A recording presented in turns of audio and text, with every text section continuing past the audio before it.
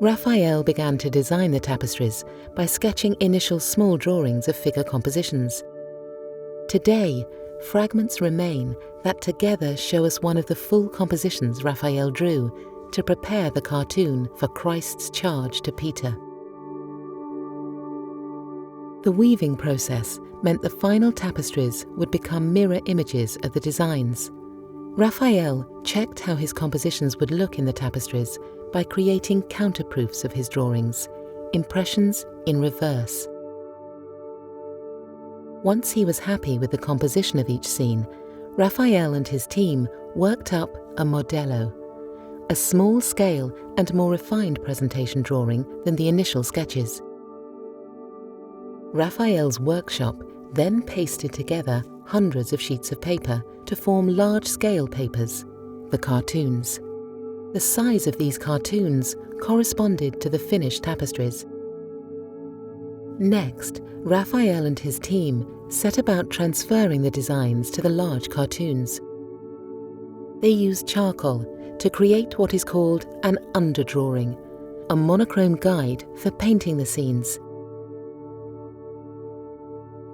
As Raphael drew, he made adjustments to the design to create a harmonious composition on the larger cartoon.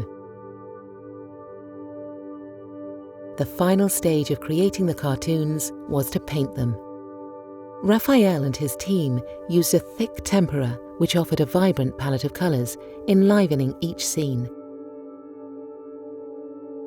Once the cartoons were completed in 1516, they were sent to Brussels to the workshop of Peter van Alst, a leading weaver of the time. There, the weavers used the cartoons as templates to follow. The weaving process would destroy the original cartoons, and so the weavers needed to make duplicates to use on the looms. They placed blank sheets of paper of equal sizes below each cartoon and pierced the outlines of the scenes through both paper layers. This created copies, maps of dots which were joined together to form line drawings of the designs. The duplicate cartoons were sliced into strips that could be used on the looms. Now, the weavers were ready to start. At Peter van Alst's workshop, tapestries were made on low-warp looms. These looms have been used since the Renaissance, including at workshops like the Gobelins in the 18th century. Today, at the Mobilier National in Paris, tapestries are still woven on similar low-warp looms with much the same techniques as in the 1500s. The weavers create contemporary tapestries using processes that show how the Raphael set would have been woven. Peter van Alst's weavers would have studied the Raphael cartoons for colour references. Today, tapestry weavers do the same. They choose from a rainbow of coloured thread samples, matching the tapestry palette with the cartoons they are following. Threads are then dyed to the corresponding palette of colours. Once dyed, the threads are dried.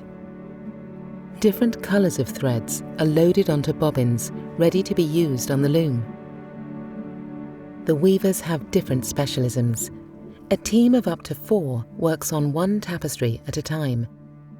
Each weaver focuses on a specific section or detail. The weavers display the original cartoons behind them in the studio.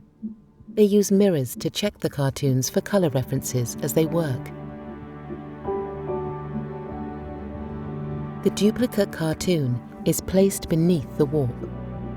The tapestries are woven from the back, and as the weavers follow the duplicate cartoon below, they create an image which will be reversed when finished. More mirrors are used here to see how the final tapestry will look. The weavers also keep checking the duplicate cartoon as they work. Sometimes they use pins to pull the design up close to the warp.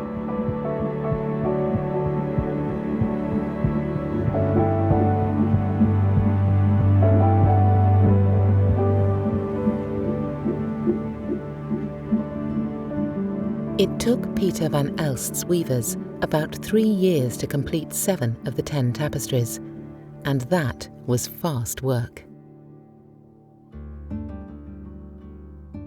Once the tapestries had been woven in Brussels, they were packaged and sent to Rome to be displayed in the Sistine Chapel. On the 26th of December, 1519, the 7 finished tapestries were hung on the tapestry walls. It took about 2 more years to finish the final 3, which arrived in Italy by December 1521. The tapestries were commissioned to be displayed in the Sistine Chapel on special occasions. During the following centuries, they were looted at various times, but always returned. They have remained on display in a dedicated gallery in the Vatican since the 1800s. Today, the tapestries are still hung in the Sistine Chapel on special occasions, including the 500th anniversary of Raphael's death in 2020.